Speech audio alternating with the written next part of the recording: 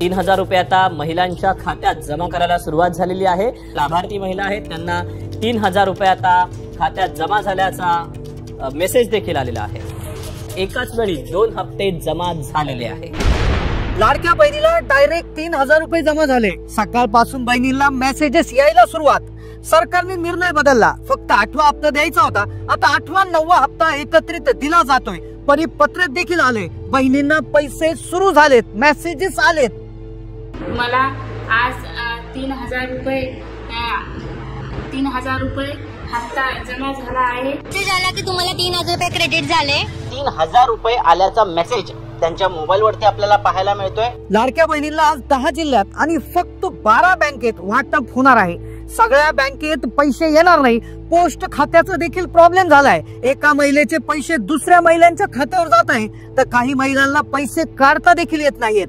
बँकेची लिस्ट देखील सादर झालेली आहे। राज्य शासनाकडून 10 जिल्हे आणि 12 बँकांची यादी आलेली आहे। हे पैसे फक्त 12 बँकेत येणार आहेत। आजचे 10 जिल्हे कोणते आहेत आणि कोणत्या 12 बँका आहेत लगेच पहा, कारण की पोस्टात जर तुमचं खातं असेल तर खूप मोठा प्रॉब्लेम झालेला आहे। स्वतः आदितीताई यांनी वाटपाचं वेळापत्रक जाहीर केलेलं आहे। साधारणपणे पुढच्या 3-4 दिवसाच्या कालावधीमध्ये ज्या काही लाभार्थी आहेत लाडक्या बहीण योजनेच्या, त्यांच्या खात्यामध्ये थेट जो लाभ आहे याचा हप्ता आहे तो देण्याची सुरुवात ही केलेली आहे। 8व्या हप्त्यासाठी कसून कठोर पडताळणी सुरू होती, ती आता थांबवली असून आता सर्व बहिणींना पैसे देण्याचा निर्णय झाला आहे। बहिणींसाठी गोड बातमी आलेली आहे। आता कोणत्याही बहिणीची कपात होणार नाही, सगळ्या बहिणींना मेसेज येणार, बहिणींचं टेन्शन गायब। लाडकी बहीण बंद होणार वगैरे असं काही नाही, त्यामुळे त्यात कुठेही कपात वगैरे ही महाराष्ट्रात केली जाणार नाही, हा विश्वास मी देतो। लाडक्या बहिणीला आज बँकेचे मेसेजेस येत आहेत। आज 10 जिल्हे आणि 3 विभाग असे आहेत की ज्यामध्ये मराठवाडा, मध्य महाराष्ट्र, कोकण आणि विदर्भ याच्यामध्ये देखील वाटपाची प्रक्रिया आता अंतिम टप्प्यावर आलेली आहे। फेब्रुवारी आणि मार्चचे दोन्ही हप्ते 1500 रुपयाप्रमाणेच येणार आहेत। 2100 रुपयाच्या वाट पाहणाऱ्या बहिणींना फडणवीस साहेबांनी गुड न्यूज दिलेली आहे। आता 2100 रुपये देखील आम्ही देणार आहोत। असं आहे की पहिल्यांदा तर ही योजना आम्ही सुरूच ठेवणार आहोत आणि 2100 देखील आम्ही देणार आहोत। लाडक्या बहिणींच्या सकाळपासून कमेंट देखील येत आहेत। पहा, आले बाई एकदाचे पैसे। पहा पहिली कमेंट, नाशिक में आ गए पैसे। नाशिक मध्ये देखील पैसे त्या ठिकाणी आलेले आहेत। 8वा हप्ता जमा झाला, थँक्यू ठाणे, हा देखील तुम्ही कमेंट पाहू शकता। आज कोणत्या 10 जिल्ह्यांचा नंबर लावलेला आहे, तुमचा जिल्हा या 10 जिल्ह्यात आहे का लगेच पाहून घ्या, कारण की फक्त 12 बँकांमध्ये पैसे जमा होणार आहेत। सोबत पोस्ट ऑफिसचा प्रॉब्लेम झालेला आहे, त्यामुळे जर तुम्हाला आज मेसेज आला नाही, तुमचं यादीत नाव येऊनही मेसेज आला नाही, तर तुम्ही काय करायचं हे देखील व्हिडिओमध्ये पुढे सांगितलं जाणार आहे, त्यामुळे व्हिडिओ लक्षपूर्वक बघायचा आहे। पालघर, अकोला, सोलापूर, संभाजीनगर, पुणे, अहिल्यानगर, भिवंडी, ठाणे, मुरबाड, वाडास, शहापूर, चेंबूर, नागपूर। 8 मार्चच्या आधीपर्यंत सगळ्या बहिणींना पैसे द्यायचे आहेत। 7 मार्चच्या आधीच पैसे येतील, हे परिपत्रक ट्विटरवरचं तुम्ही पाहू शकता, जे आदितीताईंनी दिलेलं आहे। आता कोणत्या जिल्ह्यात पैसे येणार आणि कोणत्या 12 बँकांमध्ये सगळ्यात आधी पैसे येणार, पोस्ट खात्याचा नेमका प्रॉब्लेम आहे। आता इथून पुढे लक्षपूर्वक पहा, कारण की जर तुम्हाला मेसेज आला नाही तर तुम्ही काय करायचं आहे हे देखील तुम्हाला सांगण्यात येणार आहे। पहा, राज्यातले जे 36 जिल्हे आहेत, 36 जिल्ह्यामध्ये एका दिवशी वाटप होऊ शकत नाही, त्यामुळे 10 जिल्हे आज घेण्यात आलेले आहेत। 6 प्रशासकीय विभाग आहेत। 6 प्रशासकीय विभागामधून 1-1, 2-2, 3-3 जिल्ह्यांची निवड करण्यात आली आहे। कोणत्या जिल्ह्यात पैसे वाटप होणार, राज्यातील मोजके जिल्हे निवडण्यात आलेले आहेत। बँक खात्याच्या संदर्भात देखील एक प्रॉब्लेम त्या ठिकाणी झालेला आहे। आता तुम्ही पाहू शकता, महिला बँकेमध्ये जाऊन रडत आहे। एका महिलेचे पैसे बँकेने कट करून घेतले, तर दुसऱ्या एका महिलेचे खाते दुसऱ्या त्या ठिकाणी महिलाच्या खात्यात गेलेले आहे। तर हा प्रॉब्लेम पाहू शकता तुम्ही।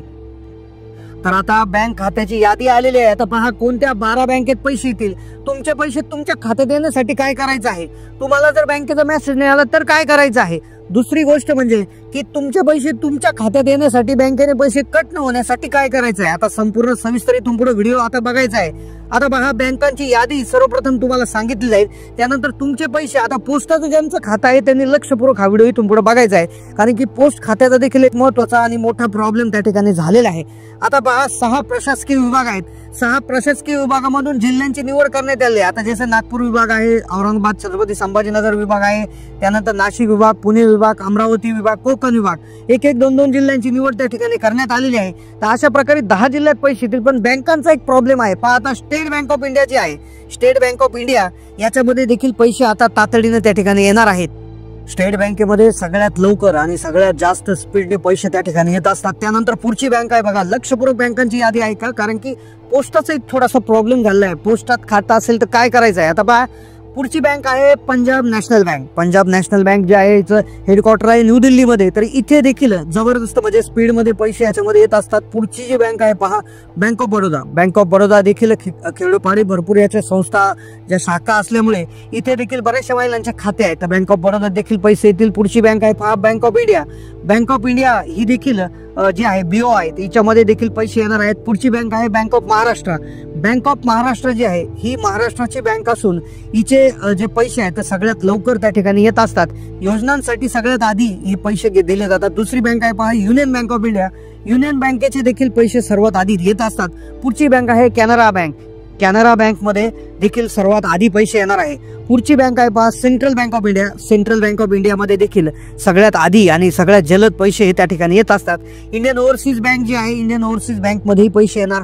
पुढची आहे पंजाब अँड सिंध बँक आणि पुढची आहे युको बँक. आता या सर्व बँका आहेत. तर या बँकांव्यतिरिक्त काही प्रायव्हेट बँका देखील आहेत. या 12 बँका ज्या आहेत त्या नॅशनलाइज बँका आहेत. या बँकामध्ये राज्य सरकारची जी किंवा जे केंद्र शासन आहे तर केंद्र शासनाची भागीदारी सर्वात मोठ्या प्रमाणात आहे. त्यामुळे या नॅशनलाइज किंवा एक प्रकारे पब्लिक सेक्टर बँक आहे. तर या बँकांमध्ये सर्वात जलद पैसे येतात. सरकारच्या बँक आहेत, स्कीम देखील सरकारच्या आहेत, त्यामुळे याच्यामध्ये पैसे येतात. आता दुसरा प्रॉब्लेम असा आहे की पैसे कट होतात आहेत.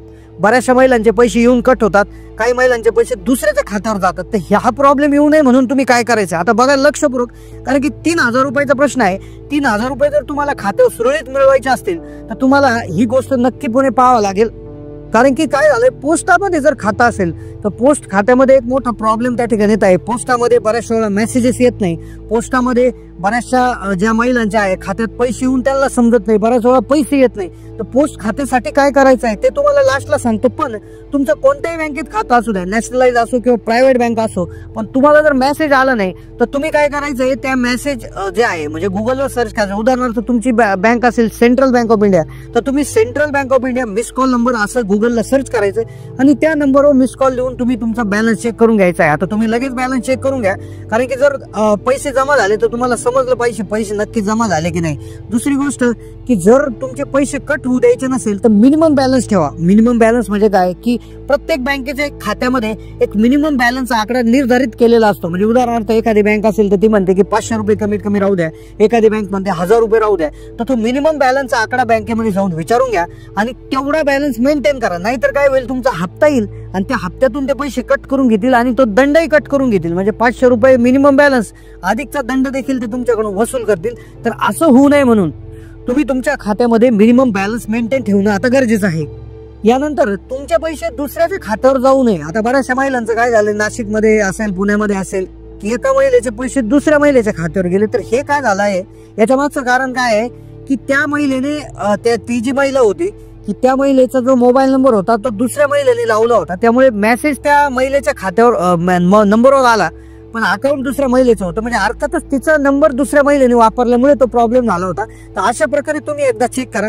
तुम्हाला जर मेसेज आला 3000 रुपये जमा झाले तर तुम्ही काय करायचे, तुमच्या बँक खात्याचं जे बँक खाते पुस्तक आहे तर त्या बँक खाते पुस्तकावर तुम्ही जो नंबर लिहिलेला असतो त्याच्यावर मिस कॉल नंबर, तर त्या मिस कॉल नंबरला मिस कॉल देऊन तुम्ही नक्की तुमचा बॅलन्स चेक करायचा आहे बँकेचा, नक्की पैसे आलेत की नाही म्हणून, आणि मग त्या ठिकाणी हे करायचं आहे.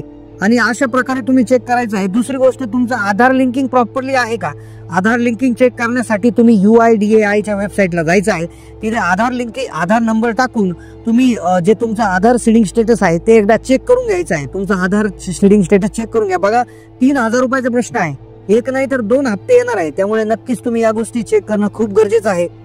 आता ज्यांचं पोस्टात खातं आहे, पोस्टाच्या खात्यामध्ये बऱ्याच वेळा काय होतो, मेसेज उशिरा येत असतो, मेसेज उशिरा येतो, कदाचित पैसे जमा झाले असतात पण मेसेज उशिरा येतो. तर त्या बहिणींसाठी त्यांचा एक नंबर इथे देण्यात आला आहे. पहा नंबर तुम्हाला सांगतो, 842405 4994. नंबर पुन्हा एकदा 842405 4994. तर या नंबरला तुम्ही काय करायचं आहे, या नंबरला मिस कॉल द्यायचा आहे. कोणत्या नंबरवरून मिस कॉल द्यायचा आहे की जो तुमच्या पोस्ट खात्याला जोडलेला जो नंबर आहे, तर त्या नंबरवरून या नंबरला तुम्ही मिस कॉल द्यायचा 842405 4994. तर या नंबरला तुम्ही मिस कॉल दिला की तुम्हाला त्या ठिकाणी याच्यावरनं लगेच लक्षात येतं की तुमचे पैसे येणार की नाही म्हणून, आणि त्यावरून तुम्हाला बॅलन्स देखील समजणार आहे. तर अशाच प्रकारे तुमचं कोणत्या बँकेत खातं आहे आणि तुम्हाला किती पैसे जमा झाले नक्कीच कमेंट करायला विसरू नका. धन्यवाद.